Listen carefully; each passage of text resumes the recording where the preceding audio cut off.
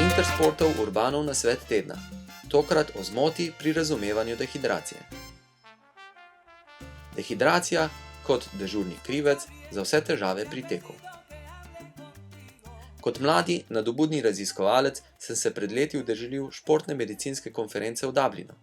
Še posebej sem se veselil predavanja Tim Noakesa, priznanega športnega zdravnika in raziskovalca področja pitja tekočin med maratonom.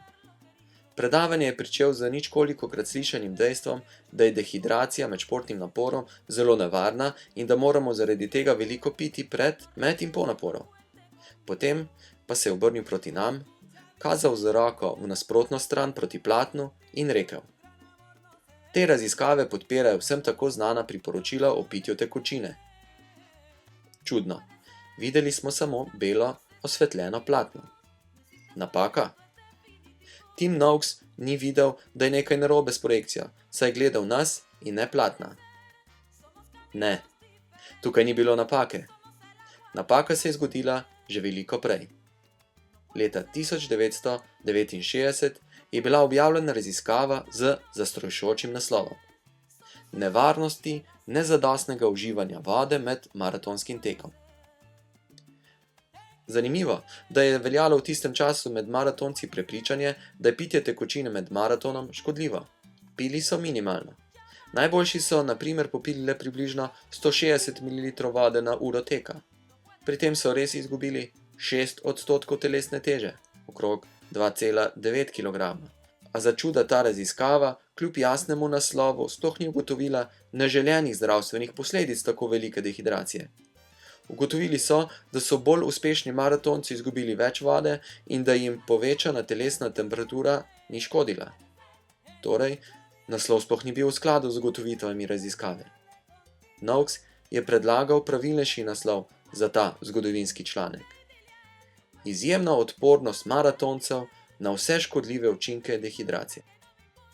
Zastrašujoč naslov raziskave, ki izpostavi nevarnosti dehidracije, je padla na plodna tla. Ljudje očitno beremo samo naslove.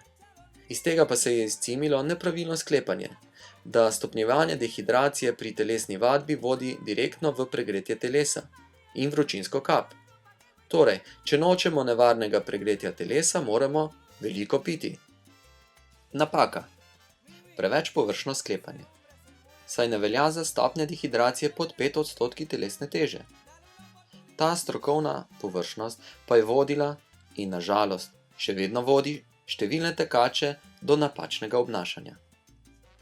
Kdor teče dolgo časa in se drži samo oklicanih strokovnih priporočil, da je treba vsakih 15 do 20 minut piti od 150 do 350 ml tekočine, se ne bo prav dobro zavaroval pred vročinsko kapjo.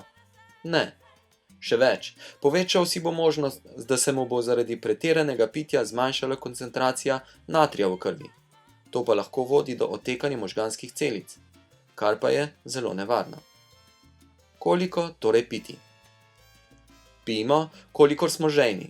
Najbolje sproti in po malem. To nedeljo na Ljubljanskem maratonu, kot kaže, ne bomo imeli težav zaradi zunanje vročine. Vremenska napoved obljublja temperature okoli 3 stopinj Celzija. Oblečimo se pametno. Imejmo več plasti, ki jih lahko med tekom tudi slečemo in po potrebi nazaj oblečemo.